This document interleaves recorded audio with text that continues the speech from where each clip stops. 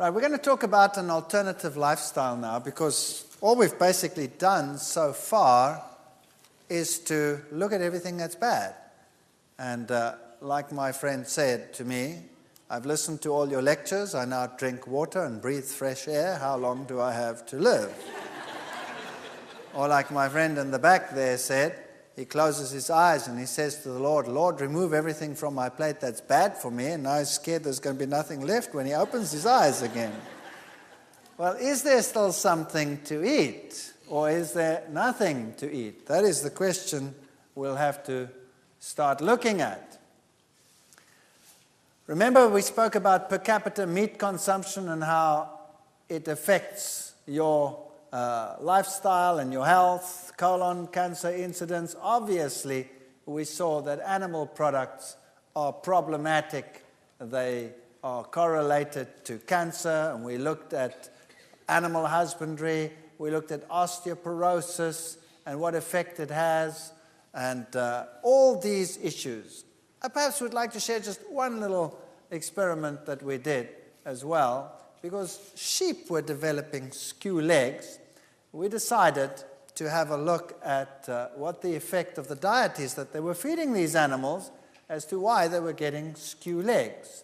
There's a sheep with slightly skew legs, and there's one that can hardly walk from the skew legs that it has. And when we analyzed their bones, those that had received animal protein had a low calcium to phosphorus ratio in the bone. So they had a decline in the various bones, the vertebrae, the ribs, and the cannon. In all three of them, the more animal protein one added to the diet.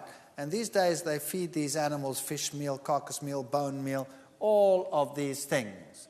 When we compared those that received animal protein versus plant protein, the calcium loss, as you see there again in the sheep, was 3 times as great. Deformity in those that got animal protein was much higher than those that received plant protein. And calcium to phosphorus ratios in the bone were very low when they received animal protein. And generally speaking, this is what we found. If we look at this little graph over here, we found that if we gave them plant protein only, at a 12% level, they had very good bone development. If we added 3%, 5%, 8% animal protein, it got worse and worse. But if we added 8% plant protein, it actually improved. So plant protein definitely is the way to have a healthy system. We also spoke in the lectures about fear in the food chain and how animal products today are not what they were in the past, because there are bacterial resistances which are very high, reaching up to 100% levels in many, many cases. That means that bacteria don't work, are not affected by the antibiotics at all. We also compared animal products compared to plant products in terms of toxic levels and how toxins are increased up the food chain, giving us many reasons why we should avoid these products. Remember, we looked at fish oils and saw that they were just as high in cholesterol as the others, and that plant foods could give you the omega-3 fatty acids, like the avocado, and especially also the nuts and the seed items could give you everything that you required. And these are often arguments which are used as to why one should not become a vegetarian. Where would you get you this? Where would you get you that? Plants give you everything, provided you have a variety in your diet. Of course, if you're going to eat lettuce, leaves, and carrot sprigs, then you're going to have a problem. So one has to make wise decisions when one changes one's lifestyle. And if one wants to avoid all the potential hazards in the animal husbandry industry. Can plants replace meat? The answer is yes, they can. But you have to be wise and circumspect in what you are doing. And the bottom of the food chain should look like this from now on. Active lifestyles, long lifestyles, those are the things that we want. Longevity. The Hunzas, for example, were famous for their longevity and their almost total lack of degenerative diseases. And why? Because they had lifestyles which were largely vegan, vegetarian, active, walking up and down.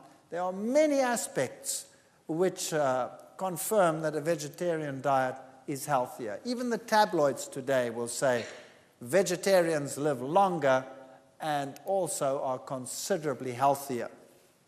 For example, if you want to do maximum endurance tests, you will find that those on a high meat diet have the lowest endurance for sustained maximum to exhaustion exercise. Mixed diets, that means lower meat, fat, and protein diets, were sort of midway, and the vegetarian diets, high carbohydrate diets, gave the highest endurance rate, more than double that of the other groupings. So science and sports science today has contributed a lot to the breakdown of prejudice against diets. Then there were some very important people who were vegetarians. Albert Einstein was a vegetarian. George Bernard Shaw was a vegetarian. Wilhelm Busch. The McCartneys were. But Linda McCartney died at a very early age, although she was a vegetarian. And people say, well, what's the problem over here? Well, just get hold of one of her recipe books and see what she did. Everything she did was fried in oil. Everything. Now, we looked at the carcinogenic effects of that. And so there are issues that you have to look at. You can't just say, I'm going to give up eating animal products, I'm going to switch to plant products, and then you prepare everything in an unhealthy way. You're going to have a problem. So we have to be circumspect. And of course, there is nothing that can guarantee a disease-free life. It can just give you a greater probability of a disease-free life.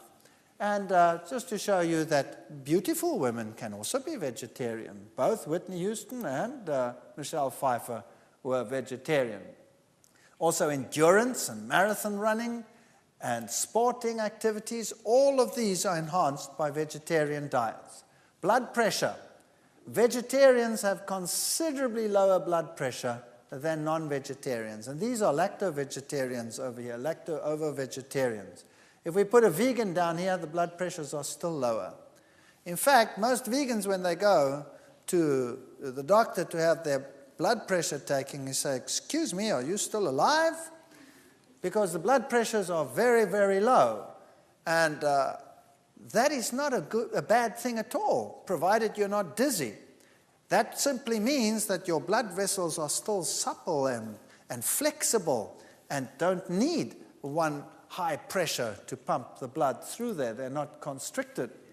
And then if you're going to buy food in environments that are not so sanitary, like this one over here, where would you prefer to buy? What would you prefer to buy?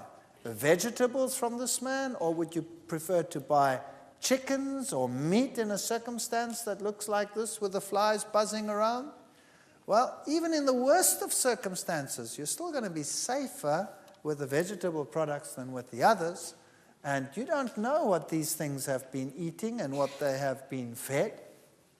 Now, what about the vegan-vegetarian lifestyle? Isn't that a dangerous lifestyle? And isn't it a fact that if you become a vegetarian, you should look something like this? Most people have an idea of a vegan-vegetarian as a thin, little, pale, little individual, hardly capable of moving. That's the sort of idea that they have of these people. And let's face it, some of them are like that. And the reason why is because they've thrown everything off their plate and substituted it with nothing. And then they become something like this. And it is a sad state of affairs. American Journal of Clinical Nutrition, vegans, vegetarians, whole food omnivores had adequate intakes of most nutrients and were exemplars of balance, variety, moderation in comparisons with omnivores in their sample and the general population. Also, they were more in line with current dietary recommendations for nutritional intakes than were omnivorous diets. So when they actually compared the diets according to the recommended daily food intakes, the vegetarians weren't doing so badly at all. In fact, they were doing better than the omnivores. Now, they will tell you it's not safe to be a vegetarian because you'll have iron problems, B12 problems, vitamin D problems, etc., etc. Is this really so? Iron problems, you will have a greater probability of iron problems if you use dairy products because of the parameters that we discussed in that lecture. B12 is the one issue we will have to discuss. Vitamin D will be a problem only in areas where there's constant cloud cover. And even there you have UV coming through, so if you have exposure to the sun, you should be fine. You need exposure, but people today want to sit inside all the time. Here are stomach bacteria with decreasing gastric pH. Notice that the lower the pH, the fewer bacteria. The higher the pH, the more bacteria. The same in the intestine. The lower the pH, and so from the front to the back, where the acid starts coming in, you have an increase in the number of bacteria. Now, B12 is not produced by any animal in the world. It's produced by bacteria. And there are certain bacteria which in our intestines are quite capable of producing B12. Unfortunately, with the lifestyles that people have, these bacteria only occur here where there's an increase, and they occur in the last part of the intestine. And so they're too far back for us to benefit from them. So we produce the B12, but we do not absorb it.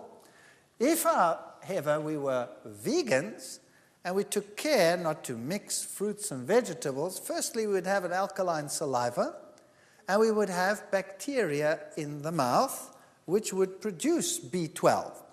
And they don't produce bad odors. Bad odors come from poor fermentation in the stomach. So you would have B12 production in the mouth, plus the pH in the stomach would seldom, if ever, go below 4.5, so you're sitting with far less acidity. That means you're starting off here at a much higher level, and then you should be able to have B12 production. Now, there are other factors which affect B12. That's intrinsic factor. If you don't have that, whether you're a vegetarian or not, you're going to have a trouble with that. High acidity, which is more problematic for meat eaters than for vegetarians, would be a problem. And in fact, most of the world's population is largely vegetarian. Whole parts of India, large parts of Asia, Central Asia, for example, Central African populations, large parts of these, they don't have B12 problems. Western lifestyles, we sometimes do have B12 problems.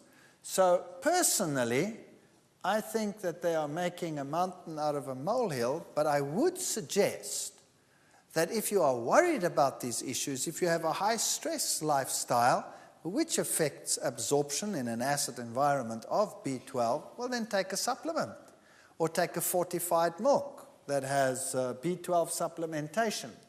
But generally speaking, we do have the bacteria that produce the B12.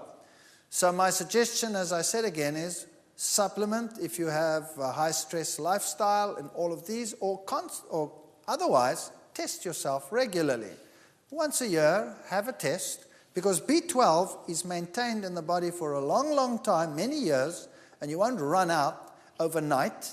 So if you have regular tests done once a year or so, and you're fine, then you have nothing to worry about. If it's low, well, then take a supplement. And the same would apply to people that eat meat. They are just in as great a danger. In fact, more of them suffer from B12 deficiency than anyone else. If we look at minerals, we need all these minerals: calcium, potassium, iron, manganese, fluorine, selenium, tin, phosphorus. There's a whole host of minerals that we need. And you will find that they have all these different functions. They're in bone, act for alkalinity, blood, they're antioxidants, they're for thyroid function, enzyme functions, you name it. And vitamins and minerals have to interact with each other. So if you want to have good activity of vitamin E, you'll have to have selenium and zinc and calcium, and all of these have to be together in the body.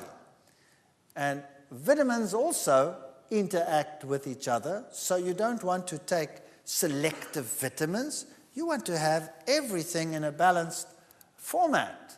And the minerals interact with each other, and no one mineral is an island and independent of each other. And here's a major problem in the world today. You see, plant foods can produce vitamins, sometimes if they're not mineral dependent, just by photosynthesis. But where do plants actually get their minerals from? They get them from the soil.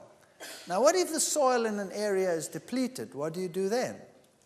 Well, then you have mineral-poor plants. And if a plant is mineral-poor, then it has the problem that it doesn't fight infection so well. It's very prone to pests coming and taking advantage of the situation.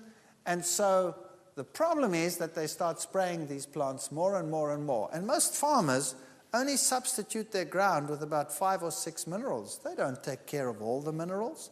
We need all the minerals.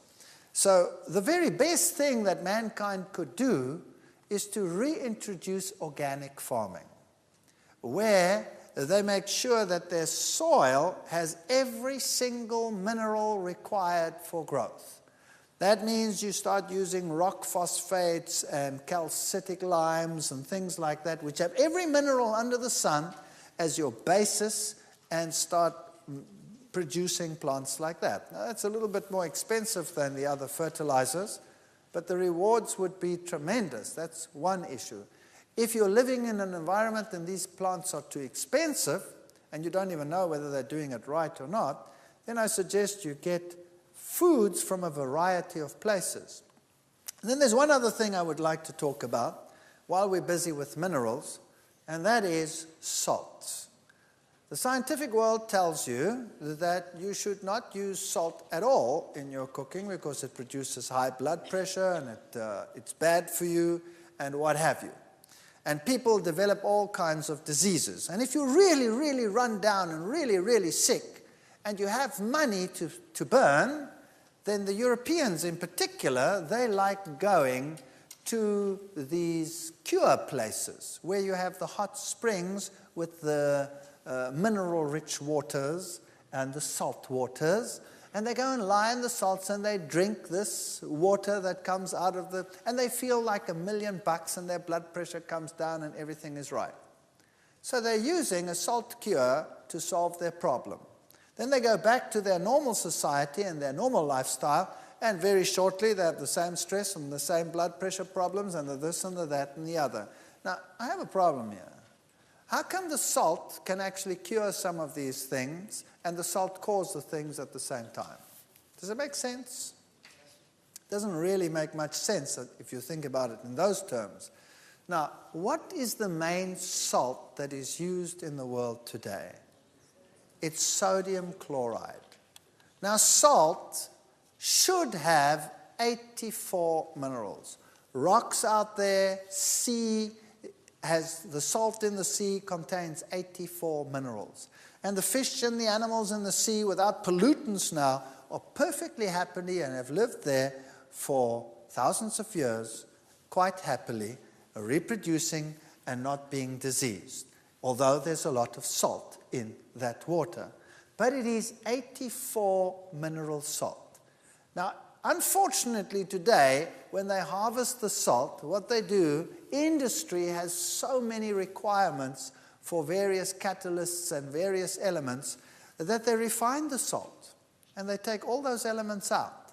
And eventually they leave you with 2 elements, sodium and chloride. If they could refine them, they would do that as well and sell you only the sodium and only the chloride. But unfortunately, the sodium would explode and the chloride would kill you. So they at least sell you the sodium chloride, 2 elements out of the 84. And then occasionally they have a twinge of conscience and they add 1 more, which is that, iodine. And they tell you, best to buy iodized salts. And now you start cooking with 2 elements. Just do a simple test. Take sea salt, which has 84 elements, and put it on your tongue, and just rub it around there.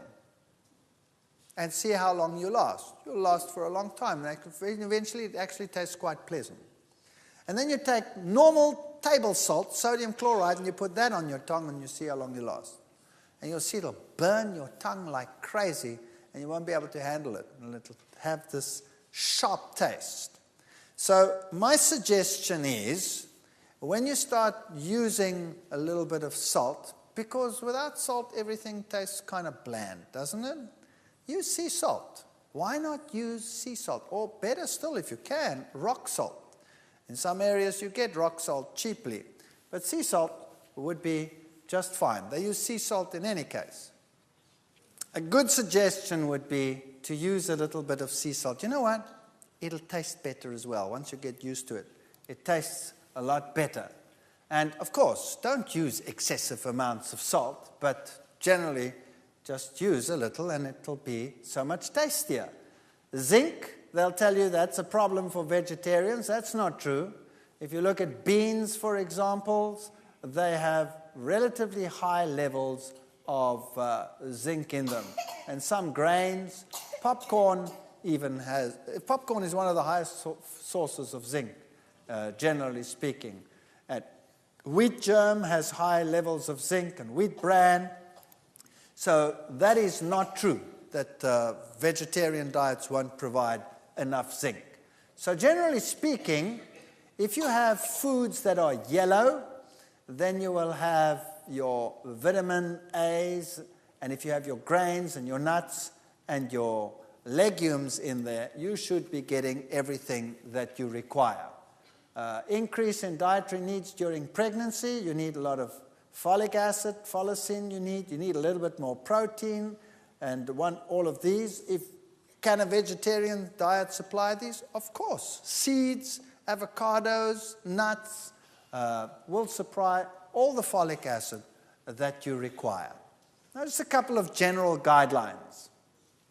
Number one, you have to eat an abundance of fruits, grains, nuts, seeds, legumes, and vegetables.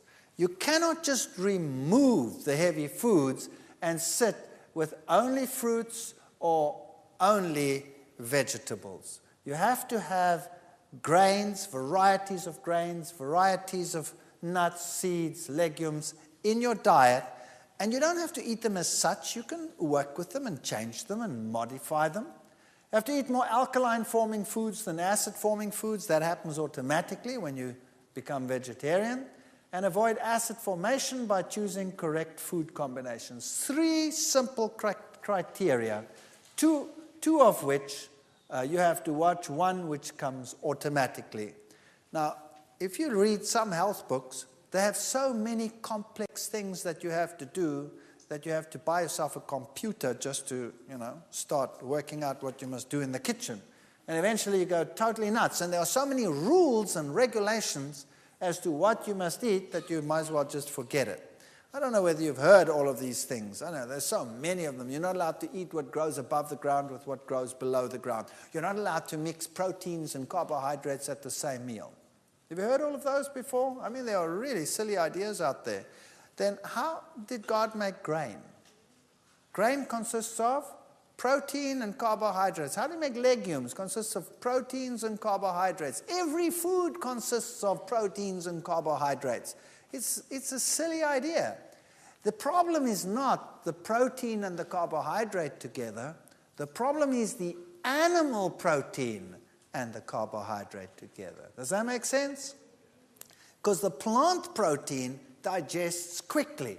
So if you don't have animal proteins in your diet, then all of the problems associated with the so-called mixing of protein and carbohydrate disappear. So you want a diet rich in carbohydrates, and not like many recommend, low carbohydrate. You want to burn your body with a clean burning fuel. You want to have enough fats in your diet so that you do not become lean and emaciated on the one hand. And of course you need the fatty acids, the essential fatty acids, which you can only get in fats. So you get those if you have your seeds and your nuts and your legumes in your diet. And your proteins, you satisfy your general needs, kids a little bit more than the adults, and you want to have more alkaline-forming foods than acid-forming foods. How do you do that? It's very simple. The high-acid foods are the meats. Bacon, beef, chicken, crabs, eggs, fish, ham. Those are the high acid-forming foods with 15 to 40% acid formation. Medium is grains, legumes, lentils, oats, peanuts, rye, wheat, some nuts, etc. And the low, some fruits, cranberries and plums. That doesn't mean you mustn't eat them. Not at all, because they're so low acid forming it doesn't make any difference. And some of the fats. And your high alkalines are all your dried fruits, vegetables. Well, molasses is on there because it's alkaline forming, but it's still a more refined food. Beet greens, Swiss chard, dandelion, those are your high alkaline foods. Your medium ones are most fruits and vegetables. And some legumes are actually alkaline forming, particularly if you're now old and you have a little bit of arthritis problems and things like that already, then it's good to introduce things like lima beans, navy beans, peas, generally chickpeas, all of those, nuts. The only alkaline nuts are almonds, chestnuts, and coconuts. The almond is a very good nut. And then you have some grains that are alkaline, like millet. Millet is an excellent grain. We'll talk about that in a moment. Sorghum. And then, of course, your kidney beans, snap beans, soybeans. All of this is alkaline forming. This is excellent food. So once you cut out the animal products, you don't even have to worry about acid alkaline diets. And by the way, it's the minerals that are acid producing more than anything else. So your alkaline minerals abound in fruits and vegetables. Now, here's a typical suggestion. They say you must have legumes, nuts, seeds, including nut butters. You can use fortified soys or soy milks, vegetables, fruits, grains, and bread. And if you get enough of those in the diet, you should be fine. And when it comes to young children, the only thing that changes is the proportion. So you want to have cereals in the diet, you want to have fruits pureed, but when it comes to the energy foods, you want more of those in children's foods than in the others. So cereals, fruits, protein foods, green leafy or yellow vegetables will supply every single requirement that you need. And you can see that all of it is being met, or 99%, with just a very moderate intake. Some useful equipment that you need. A good blender is very useful in vegetarian cooking, because you're going to start making nut creams and nut butters and milks and sauces and things like that, and cheese substitutes and all kinds of things. So a good blender is a very, very good investment. Now, when I talk about a good blender, I mean that one that has a powerful engine and one that will really spin. Because if you buy a weak one, it won't do the job. It'll irritate you. It'll chop the things around, and you'll have gritty pieces in your mouth when you want to find cream, for example. It'll be most unsatisfactory. So rather invest in a good blender. A heavy base or non-stick frying pan, waterless cookware might be quite good. And some people like extras like waffle irons, food processors. And if you're really going all out, some means to grind your own flour. That's just nice. If you have access to stone ground flour, well, then you don't have to get those pieces of equipment. Stone ground flour is a terrific way to go. Ensuring proper combinations. Notice that there are some foods that are neutral. That is, all grains, all legumes, all nuts, all seeds, some vegetables, like those that are high in water, like cucumber, lettuce, sprouts, tomatoes, some people yes, some people no, and the herby plants. Those would be sort of neutral, and some fruits would be neutral, the high oil ones, avocados and olives.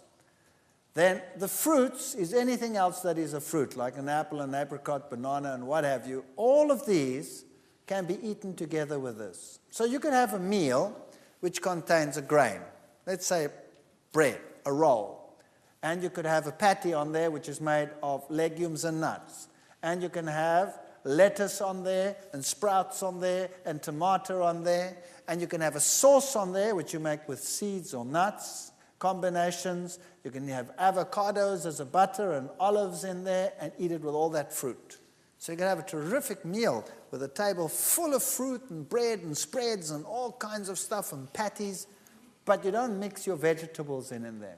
So if you want to have a meal with vegetables, then the vegetables are also compatible with any one of those.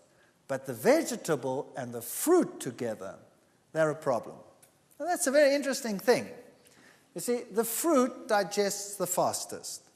These, if they are all of plant origin, digest second fastest, and the vegetables, which have hard, compact cell walls, digest the slowest. So if you mix these two, you will actually get fermentation. Whereas if you mix those two, you don't get fermentation. Mixing fruits and vegetables, no fermentation. The time is not long enough difference for fermentation. Mix vegetables and the grains and legumes and nuts, etc. Time is not long enough for fermentation. Mix the two together, you have a problem. So that is just to keep a nice alkaline system. It makes a big difference in terms of, for example, acidity and also just alertness. It's not a law of meats and Persians, and if you are a guest somewhere or you do not have the possibility of always doing this, then it's no big deal.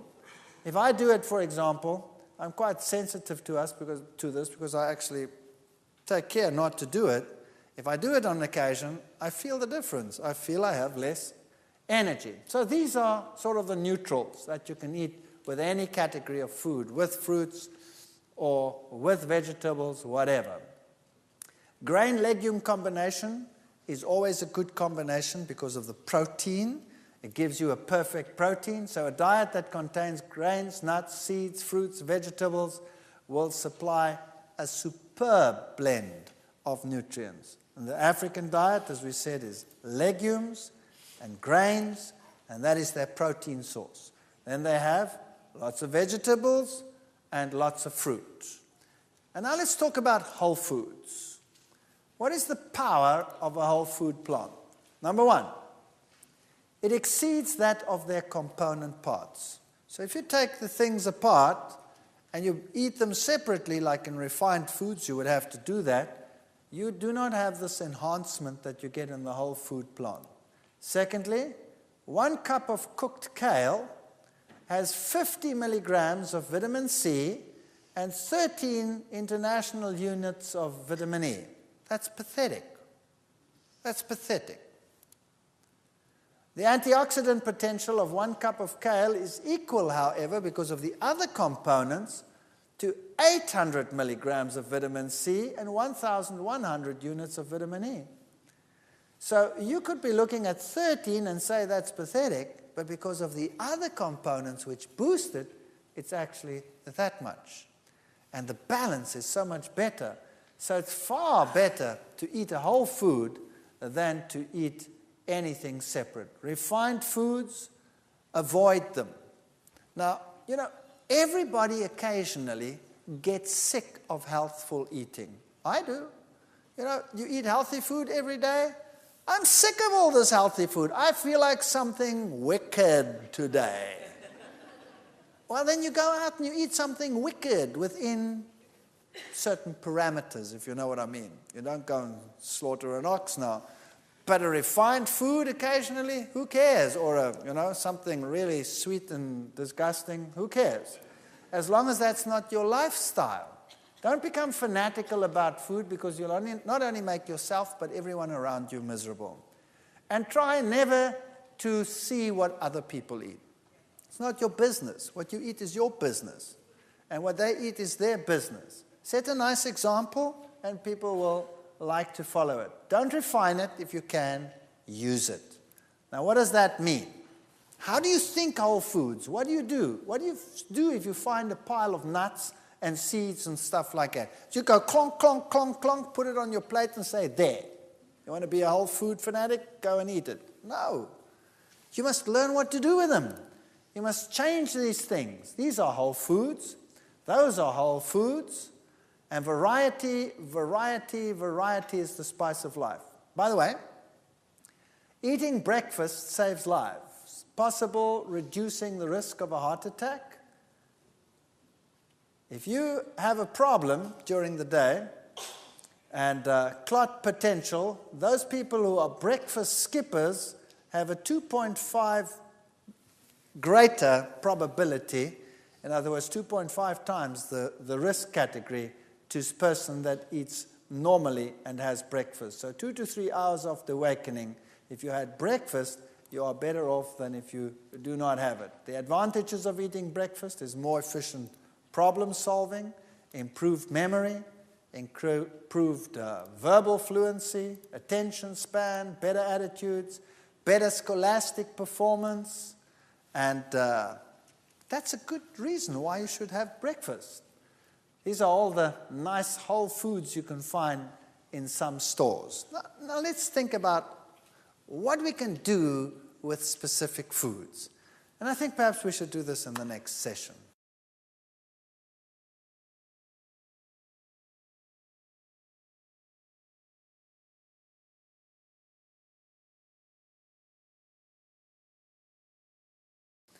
Right, we were talking about all the advantages of vegetarian lifestyles, and now we want to concentrate on what to do with specific foods. For example, grains.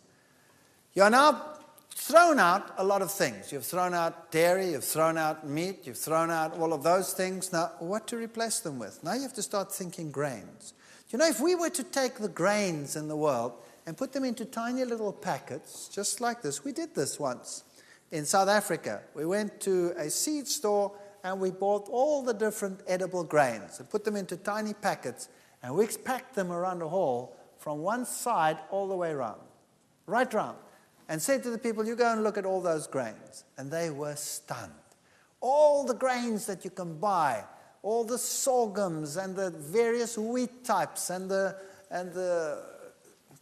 eastern grains and the millets and all these wonderful things, just hundreds of different grains.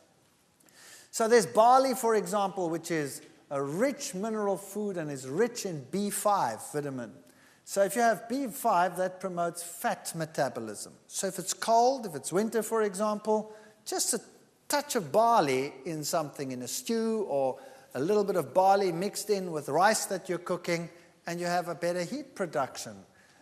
Maize, for example, is an excellent food. These are all the different grains that you have to start thinking about and what you can do with them. Millet is a fantastic grain. It's a wonder food. It's China's oldest grain. It can replace eggs in all patties, pancakes. Millet patties are fantastic.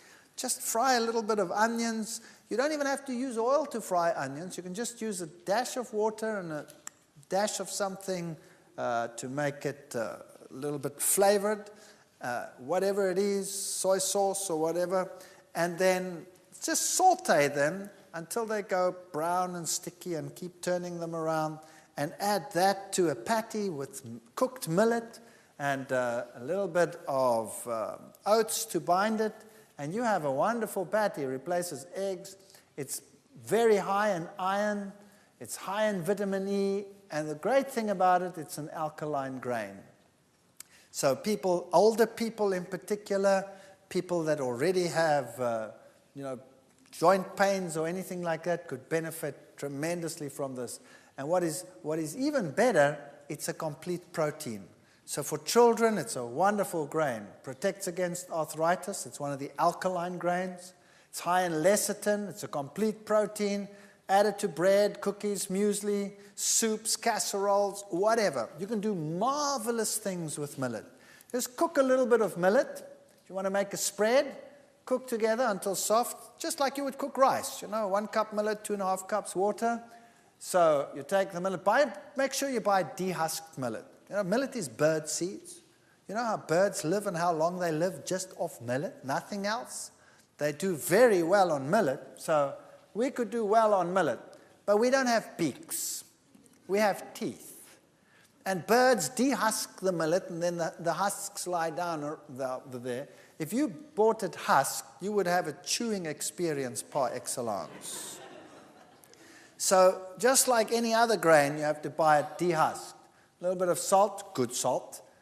You can put something to make it yellow. You could just, for example, use a little bit of turmeric. If you don't want to use turmeric, use a tip of a carrot and blend it in there. Then it goes yellow. And some water, and you blend till smooth, and then it looks like that. Looks like a butter. You can have bread with millet spread. It's rather neutral, so you could put something sweet on there, you could put something savory on there, you could do whatever you like. With millet, you can make a fantastic pudding. Notice how smooth and creamy it looks once you've put it in a blender.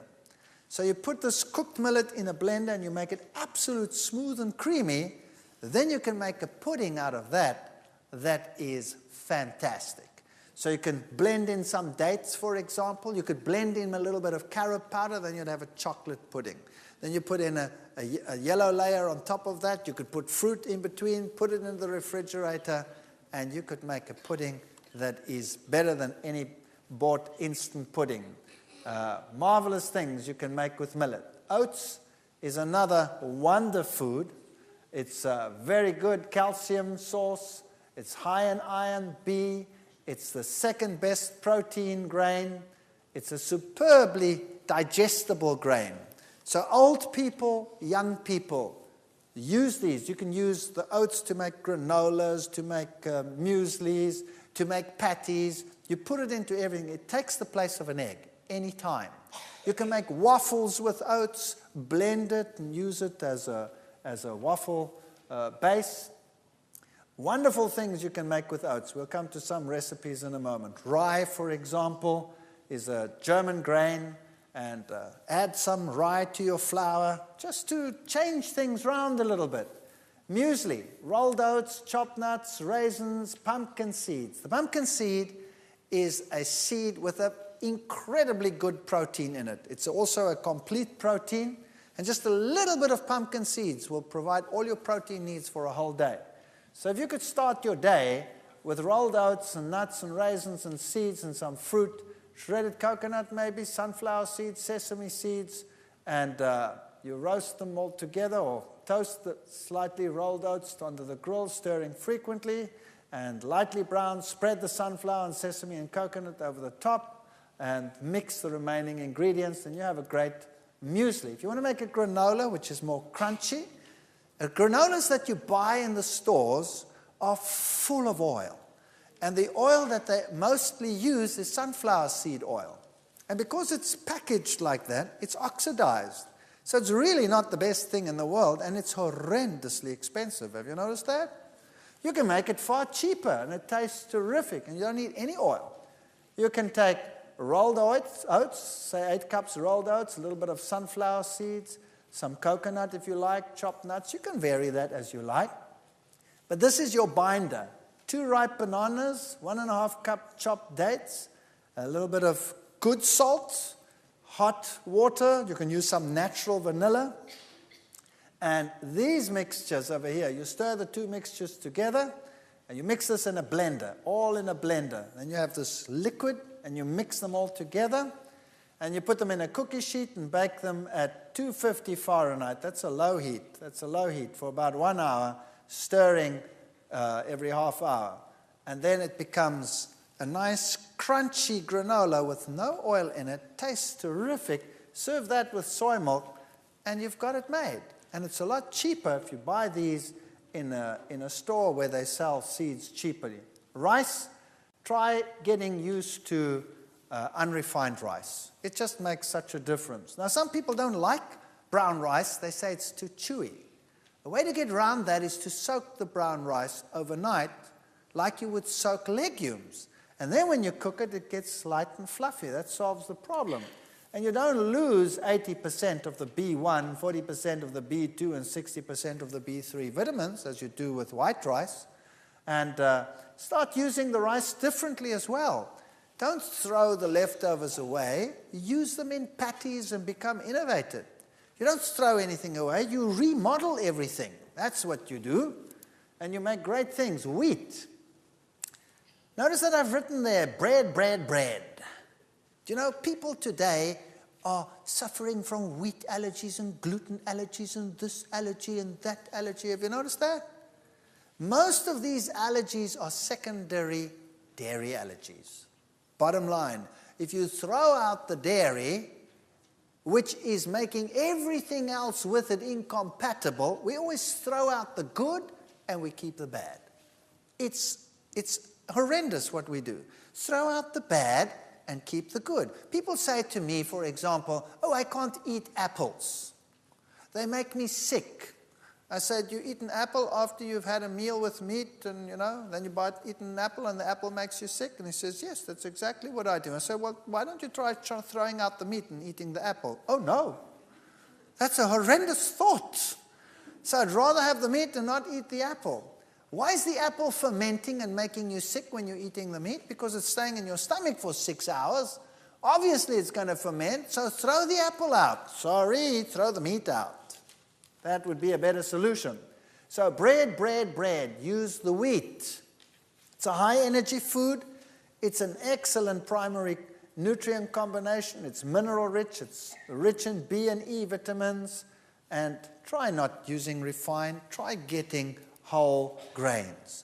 And if you buy whole wheat grain at your store, remember what you are getting. They have bolted the wheat. They have huge piles of bran. They're selling most of their flour as white flour, and then they have the germ. So normally what they do when they sell you whole wheat flour is they're going to take the white and they're going to mix as much of that bran back in there as they can. And you're buying a pack of 50 or 60% bran, 40% white flour. That's not what it's like in a grain. You bake a bread that's as heavy as a rock, number one. Nobody wants to eat it because there's not enough white flour mixed in with the bran as it would be with stone ground flour. All kinds of problems with that. Try and get stone ground flour, and if you cannot, if it's impossible, then do your own. Even if you have to soak grain and liquidize it and use that as a dough, that would still be better. But when you make your own bread, you can play around. You can add rye. You can add a little bit of millet. You can have all kinds of things.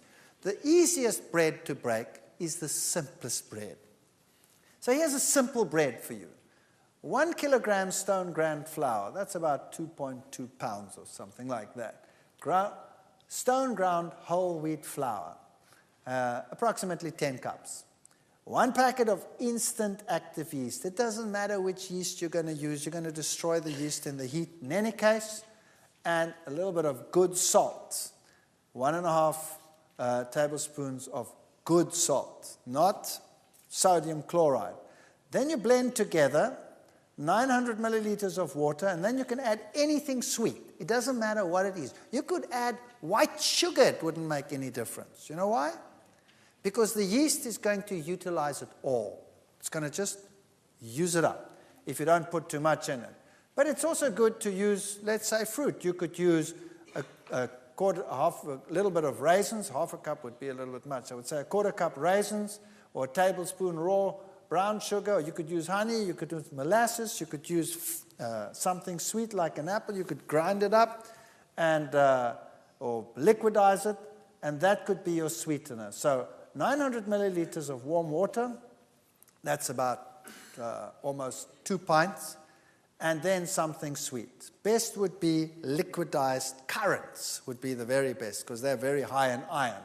And mix that in there, and then knead your bread. Knead your bread, and knead your bread, and let it rise, and punch it down, and knead your bread, and then you mix and develop the gluten so that it's like chewing gum, like chewing gum. If you then put it in the oven, all the air that is produced by the yeast gets trapped, and the bread rises nicely, and you bake it in the oven at a relatively high heat to begin with to stabilize the bread. Then you'll have a light, sweet bread. If you do not mix it properly, what's going to happen is the gas is going to produce, the bread will go up. There's not enough chewing gum to trap it, to blow a bubble. So what happens? The bubbles pop and the bread goes, and you bake a perfect brick. And you need a chainsaw to cut your slices, or you could kill your husband with it if you're angry with him. So a simple bread has very few ingredients. Now people actually say, now hang on a second, is that a healthy bread? I actually want everything healthy in my bread. And they put all the things that they can think of in the bread, and they bake this heavy bread, and they need a wheelbarrow to cart it around. And it's soggy and heavy. You don't have to build a perfect meal into a bread. You eat the meal that's perfect together with the bread. So you eat all the other things with it and make it a balanced meal. So the simpler the bread, the more likely it's going to work. And once you've learned to eat this bread, all other bread tastes like cardboard. I assure you. If I don't get this type of bread, I get withdrawal symptoms after a while. And that's what a bread should look like. It should be nice and light and fluffy. It shouldn't be heavy and soggy. Nothing wrong with a heavier bread. For example, rye breads will be heavier. But what's nicer than a good bread? Now, legumes. We have to start thinking legumes. Carrot beans, chickpeas, kidney beans, lentils, lima beans, mung beans, broad beans. Peanuts are a legume. Have you ever thought of buying raw peanuts and soaking them like a legume and then making patties out of them? They don't taste like peanuts at all. Only roasted peanuts taste like peanut butter. They taste like a legume, but they taste like a rich, almost lamby, beefy legume. When you make a patty out of them, they really are magnificent as a legume. The soya bean, etc. But now you have a problem. People say, I explode when I eat legumes. I cannot handle them. Now, let's understand something about legumes. You have to pre-soak legumes. Raw, dried legumes contain alkaloids, glycosides, saponins, and these are a problem. In fact, they are in the seed to prevent it from germinating. It's an enzyme suppressant. So if you take a legume and you soak it in water, and the legume soaks up all the water, how many of these products have you got rid of? None. They're all still in the legume. Now you take your legume, it's nice and soaked, and you prepare it and you cook it, and all those enzyme suppressants that prevent the legume from sprouting are still in there. Now you're getting those enzyme suppressants into your stomach, and you're not digesting it too well. Your enzymes are also suppressed. So eventually it goes all the way down, gets to the colon. The colon works with these products and then starts fermenting the legume in the colon, and that leads to an explosive experience, right? So what you want with a legume is you want to get rid of these things. You want to get rid of them. How do you do that? You soak in huge quantities of water, and the water goes what color? Goes either reddish brown or one of those, right? That's all the tannins and the saponins and the glycosides and the stuff that's coming out. Now, what do you do with that water? What do you do with it? You throw it away.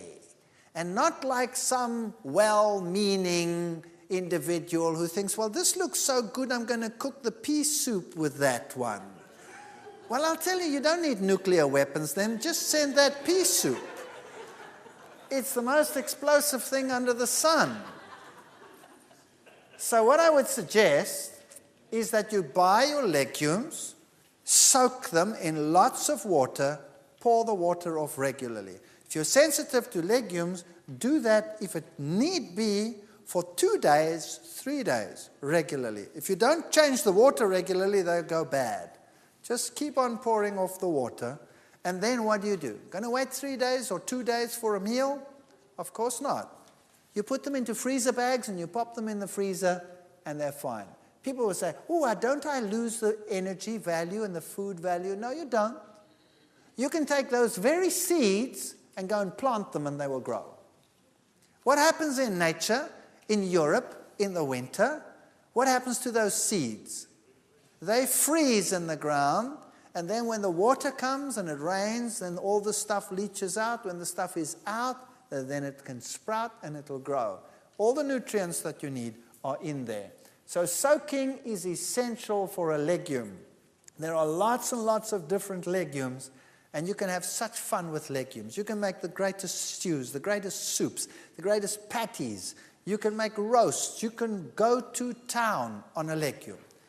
But you don't have to have huge quantities of legumes in your meals. That's another problem. We eat too much of it. It must just be a portion of the meal, and the rest must be the vegetables or the fruits or whatever else you want to go with it. The soybean is such a magnificent bean. It is rich in linoleic acid. It is good calcium source, iron source, everything that you need. And if you look at the composition of selected soybeans, I'll just put this here for clarity's sake. Beef, for example, look down that list over there and compare with raw or cooked soybeans, you will see that the soybean compares excellently with anything else.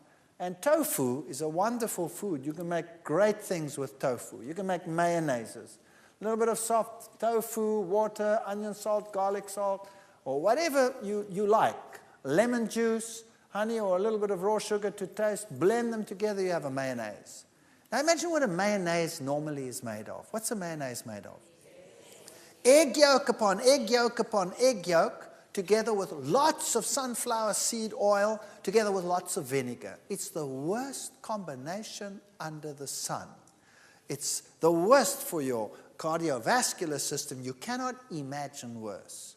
Imagine a mayonnaise that you make with blended cashew nuts. Take some cashew nuts, cover them with water, blend them till they're very smooth. Add a little bit of your favorite seasoning, and then some lemon juice, and voila, you have a mayonnaise that is absolutely marvelous. Now people say, cashew nuts, that's expensive. Hello? How much does a chicken cost in this country? What does a chicken cost? Who can tell me? So let's say $4, right? So let's say that chicken weighs what? 1.5 kilos. So let's say it's about $3, or let's say $2 per pound. Is that about right? Is that about right? $2 per pound. Good. How much of that chicken is bone? At least half of it is bone. So you're not paying $2 per pound, you're paying $4 per pound already for your chicken. Now, how much of that chicken, once you have deboned it, is water? 70% of it is water. So how much are you paying for your chicken? Well, you go and work it out. You're paying anything up to $7, $8, $9, $10 per pound for your chicken. It's a very expensive meal. It looks cheap, but what you're getting is water, 70%, what you're paying for. If you buy cashew nuts, how much of it is food? 100%. So even if you're paying $4 or $5, it's still cheaper than your chicken. So don't tell me cashew nuts are cheap or expensive. All right, and you need very little to feed a whole lot. You can make great mayonnaises with tofu. You can make omelets with tofu.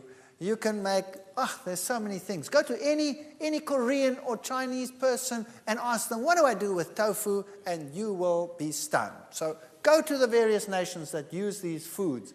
Omelets are terrific with tofu. Half a cup of tofu, you can use a little bit of rice flour, add a little bit of cashew, ground nuts, that would be great, liquidized.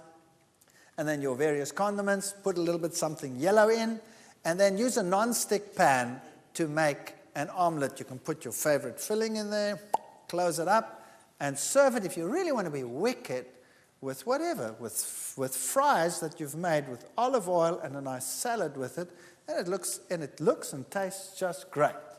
And sometimes omelets made with tofu stick a little bit more to the pan than others. So that's no problem. The ones that stick and break, they go to the wife, and the good ones come to me. Simple as that.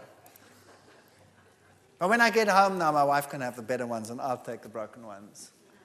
No-bake tofu cheesecakes. You can make cheesecakes. You can make the most wonderful things. You can use agar-agar as a binder that has no animal products in it, or you could use MS. You get MS in your country, which is a wonderful substitute for gelatine, which is made from horses' hooves and skin scrapings and trotters and all kinds of stuff like that. And wonderful things you can make with juices that you blend in. Just ask the fundis how to make these things. You can make waffles. Simple things. Soak soybeans. Blend them all together with some rolled oats, and you make waffles. Wonderful stuff. They bake a little bit longer. A normal waffle with an egg is finished in a minute.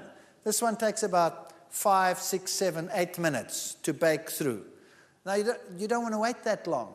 So what you do is when you're bored one night and you're not doing anything, then make a mix and start making lots of them. Or the kids are doing something, they're watching television, in between advertisement break, change. Then get all these things done and make a whole pile of them, pop them in the freezer, and you have waffles. When you want breakfast with waffles, take your waffles out, pop them in the toaster, and voila, you have waffles. You don't have to wait forever. You can make quiches. It's simple. Once you add a little bit of these blended nuts and some lemon juice and all of these things in, you can make wonderful things with these foods, and you won't even miss that you're not using eggs. Kidney beans and your own baked beans and Mexican food and you name it. And sprouts. Start using sprouts. Sprouts have enzymes in them. They help you to digest your food. They're wonderful. Mung bean sprouts. Once you get used to them, you'll start craving them. Chickpeas. Chickpeas are wonderful food. Chickpeas is magic. If you have soaked chickpeas and you blend it and you bring it to a boil, it goes thick by itself. Then you can use it as a sauce. You can even make a mayonnaise out of it by adding lemon juice and a dash of something sweet or tangy, whatever you like. And you can make mayonnaises out of chickpeas. You can make hummus out of chickpeas. Who knows hummus? Yeah, all of these things. Start thinking about these things and start using carob. Now, carob means you have to re-educate your palate because we're all used to chocolate. And once you have re-educated your palate to carob, which takes a while, because we all have perverted palates, then chocolate actually tastes obnoxious. Believe me, I ate whole slabs of chocolate in one go. I cannot stand the taste of chocolate anymore. But carob I can handle, especially if you coat things with it like raisins or coat nuts with it, then it's very handleable and it's very, very pleasant. And a carob drink is a wonderful substitute. Take soy milk, add some carob powder and a little bit of fructose, and you bring that, make that hot and serve that. And I'll tell you, the young people just love it. And it tastes great. And you can make chocolate sauces, chocolate desserts with carob. Just have to get used to it. Lentils, you can make slices, you can make all kinds of interesting things. Mock liverwurst with it, some cooked lentils, a little bit of cold oats porridge, chopped onions. Margarine is what gives it the flavor. If you like, a large clove of garlic, some salt, and blend this together and keep the onions just a little bit chewy, in other words, not pureed, and then you have this crunchy liverwurst taste that you can put on bread. You can make savory spreads. And it's the herbs that do it, the basils and the oregano and the tomato pastes, which add the different flavors.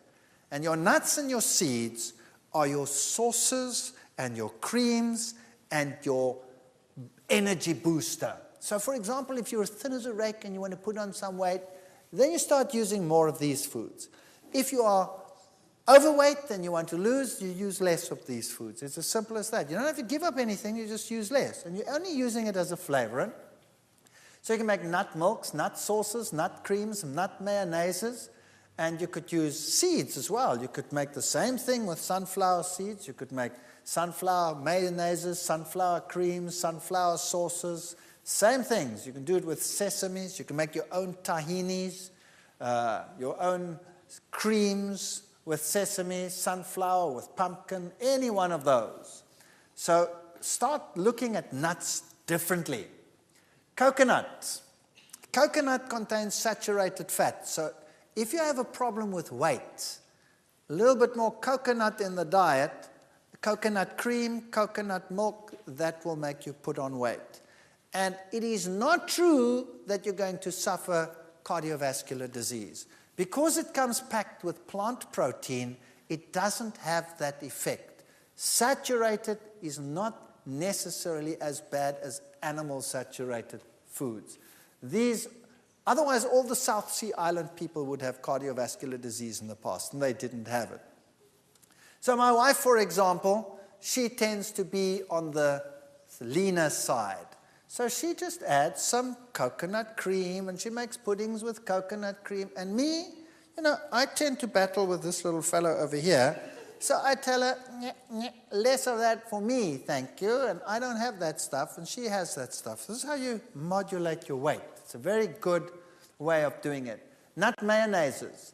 Cashews, a half a cup of cashews. You could use sunflower seeds, but the cashew one just tastes pizzazzier. Water. So you could use some fresh garlic if you wanted. You could leave it out. Onion powder, some good salt, lemon juice. And if you want to have a slightly sweet sour, you could use a little bit of honey or something like that. And it's so simple. You just blend it together until smooth. And then you add the lemon juice and it goes thick by itself. And then you have a mayonnaise. If you take that same sauce and you put it in a saucepan and you bring it to a boil, it makes the creamiest stroganoff sauce that you can imagine. If you have a patty and you put that on top as a butter, it is absolute wickedly good. Pimento cream sauce, you make the same sort of thing with the cashews or the sunflowers, and instead of putting cheese on your pizza, when you make one, you pour this over your pizza and you pop it in the oven and you bake it with that, and it's delicious. And once you start getting used to that, cheese actually tastes like rubber after that. And you won't want to change. Lasagnas, if you use your noodles and your tomato and your onions and your whatever you want to put in between, and then you put this cashew cream sauce in between your layers and one on top, and you bake it with that, the aroma is enough to kill you. In a nice way, of course. And we do this in the field. Occasionally, once every 15 years, I get to go out in the field, and you take a nice pot, and you put this over the coals and the fire, and you put a lid on top, and you put coals on top, and you bake this thing in the coals. I'll tell you, the people come running and say, "What's that?" And it tastes terrific. As I said, don't neglect the pumpkin seeds. Throw them into your mueslis, throw them into your breads, and don't neglect your sesames. Use the sesame butters and the sesame creams for your bread. Ladies, sesame is one of the richest sources of iron. So it's an excellent source of iron. So try and get used to tahini. If you don't like the taste of tahini, then just take a teaspoon of it and add it to your sauces that you are making, just to give it that pizzazz. And you can make butters and milks and what have yous. Fruits and vegetables. Remember, variety is the spice of life. And there are lots of fruits on the market. And most of the world today thinks fruit means bananas and apples. Isn't that right? That's what people buy, bananas and apples. Now, there's nothing wrong with bananas and apples. Bananas and apples are good. By the way, now that I think of apples, people tell me, what about apple cider vinegar? Apple cider vinegar has the good components, some of the phytochemicals of apples in it, which is good for you, but it still has acetic acid in it, which is bad for you.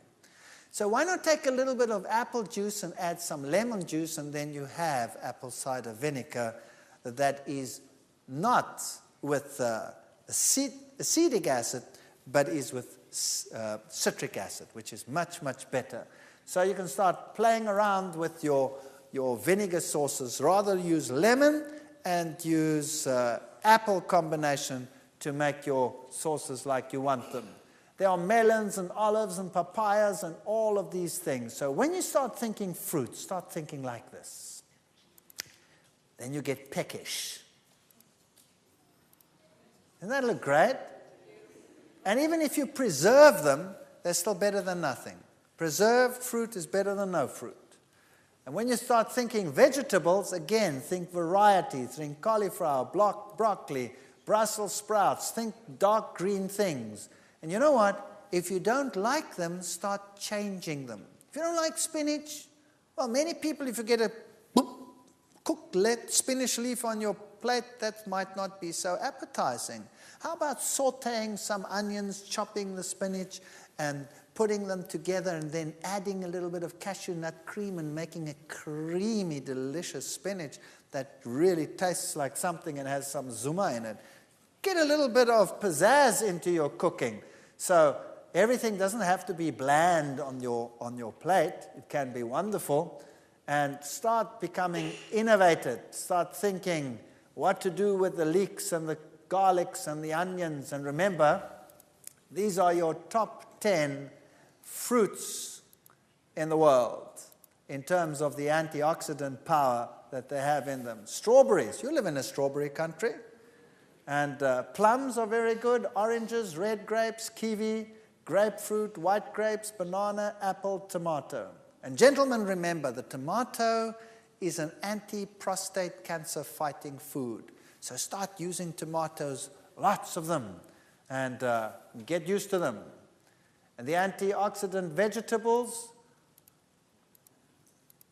I wouldn't put corn on that list because that to me is a grain, but nevertheless, leave it there. Kale is very good. Spinach, Brussels sprouts, alpha, broccoli, beets, red bell peppers, onions. I would put cabbage in there as well as one of the best antioxidant foods. So the cabbage family in general, kale of course is part of the cabbage family, and wow, that's a power food in terms of iron and in terms of calcium. Wonderful food.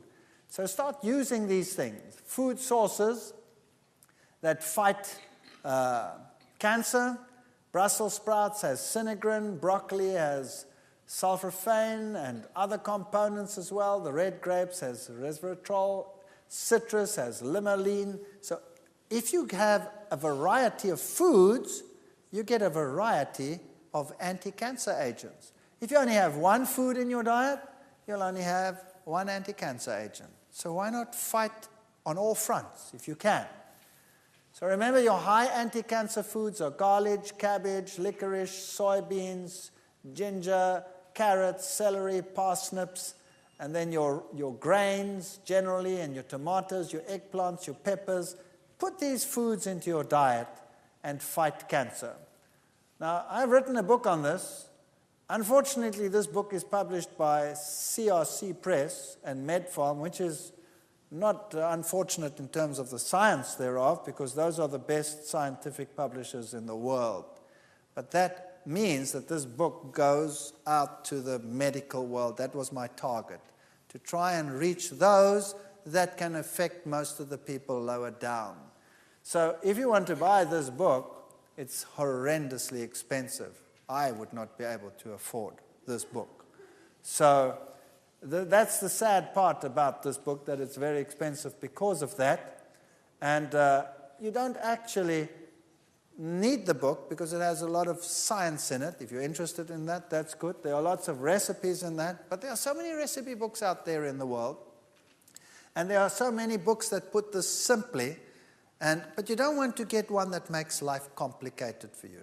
You want simple, straightforward recipes that tell you how to prepare food in a tasty, wholesome way without 10 million rules to drive you nuts. That's what you basically need. And if you take some of the ideas that we've spoken about today, and you go to those who've had some experience in this and start getting involved in cooking schools, or I hear that you have chip programs and things in this country where you might get some wonderful ideas. then get involved slowly. And as the bug bites you, it will be fun. And once it starts being fun and once it starts tasting good, you will feel better, you'll be excited, you'll have more energy, and you can be an example to others. Don't make a religion out of your diet. There's nothing worse than putting diet before religion. God comes first, food comes second. Food is there to be enjoyed, but why not enjoy it and be healthy at the same time?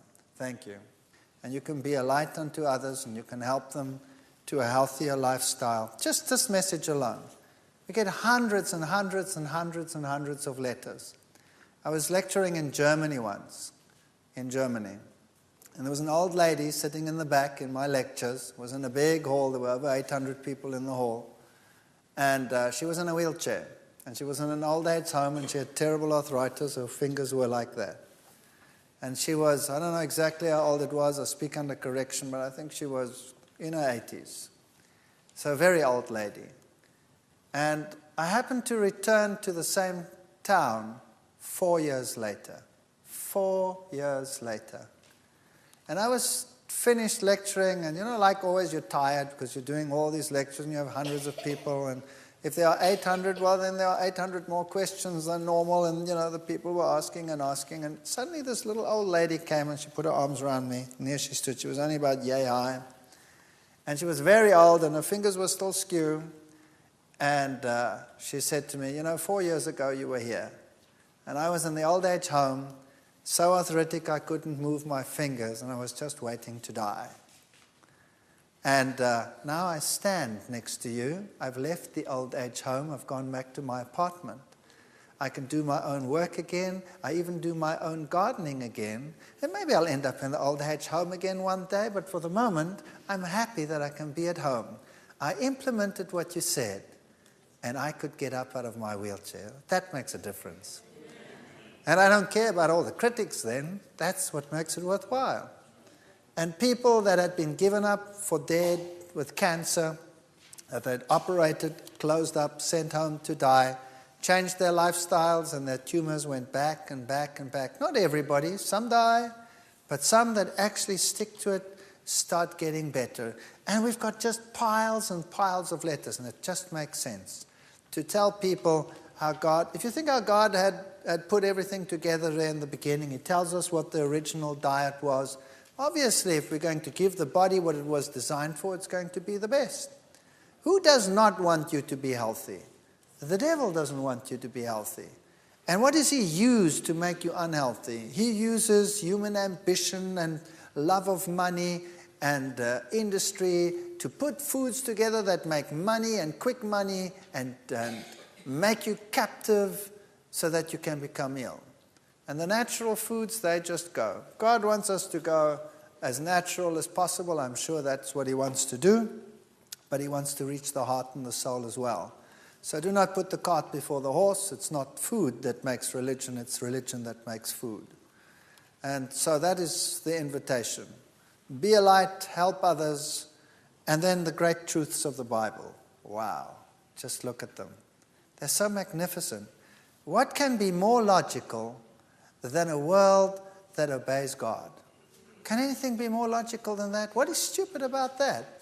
What is more logical than believing that Jesus Christ is the Creator and the Savior? The whole Bible says it, and if people were to adhere to His commandments, wow, that would just make this world a wonderful place.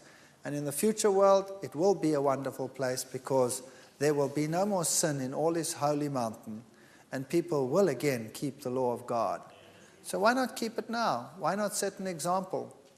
And if we slip and slide and fail and have human failings, we have an advocate with the Father who any time says, come to me and I will heal you of all your maladies. I'm not propagating any form of perfectionism or fanaticism or any one of those things. It's a logical religion, and that is why I'm a Seventh-day Adventist. So God bless you as you go your ways and we go back to our ways, and I'll always carry you in my hearts, and thank you for listening. Let's pray. Heavenly Father, what a time we've spent together.